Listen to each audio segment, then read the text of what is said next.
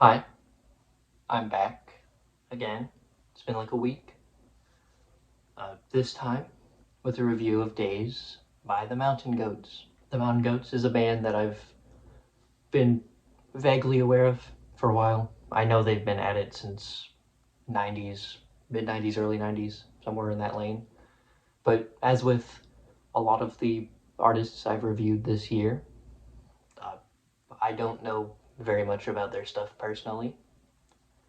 Just this is my first time actually listening to one of their albums or really any of their work. And if this is anything to go off of, it's actually very good.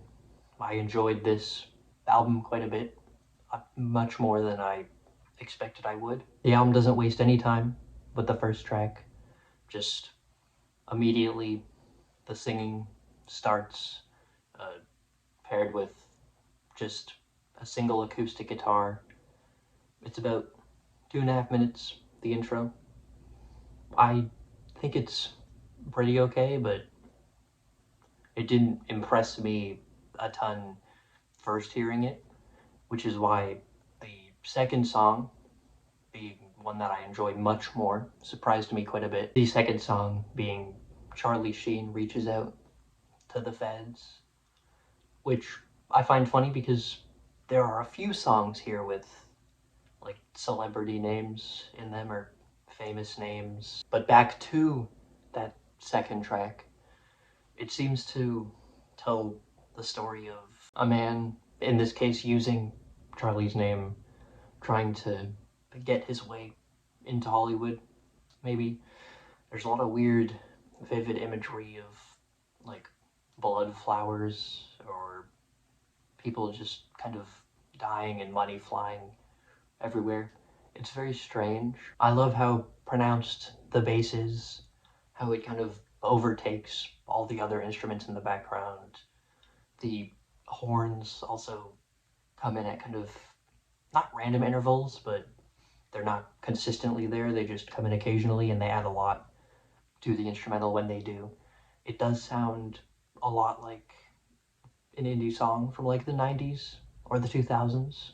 In the chorus, a bunch of other background vocalists join in, and it's just infectiously catchy with some of the kind of grim aspects of the lyrics. It's very fun sounding.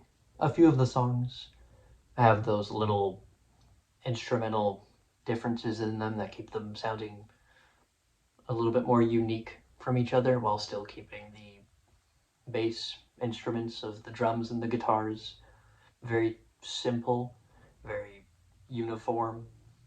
Shallow Grave has a very subtle piano in the background.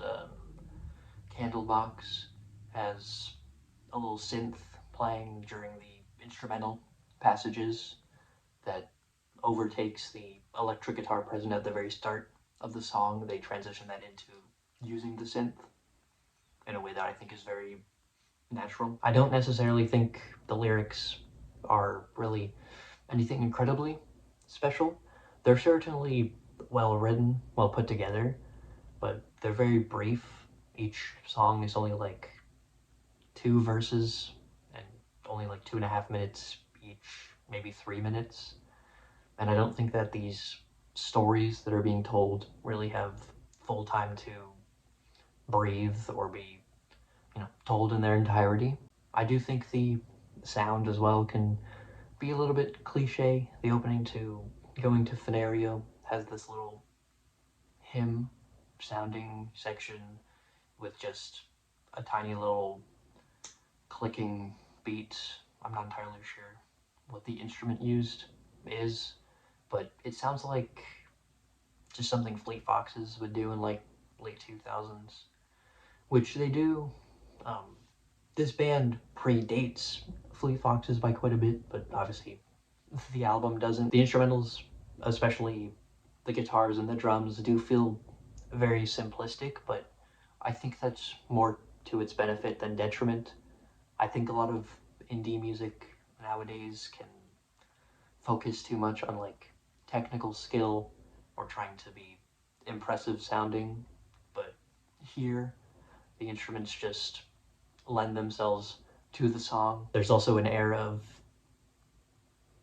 also in the lyrics, there's an air of the passage of time or even nostalgia, which goes along with the title of the album being Days.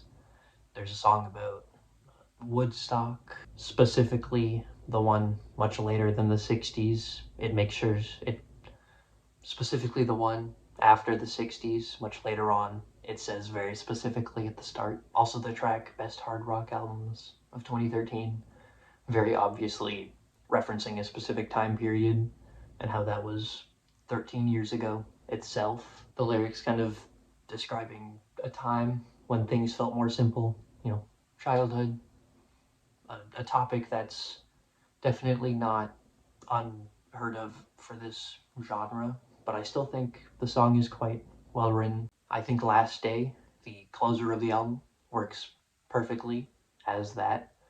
The lyrics talk about the last day of your life.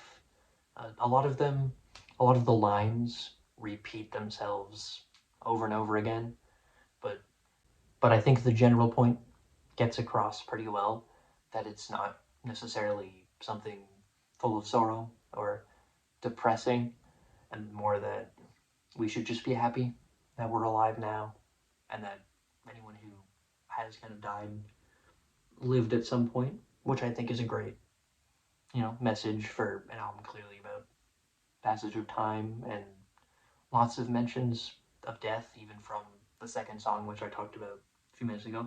Overall, I thoroughly enjoyed the album. Didn't blow my mind, as I mentioned before, but I'll probably be listening to a few of these songs back again in the future. I'll definitely have to check out this band's other material, because they have so much of it from what I can see. But yeah, what do you think of it? Did you like it? Did you dislike it? I'm thinking about an 8. Probably, yeah. That'd be good. That's about it. See you.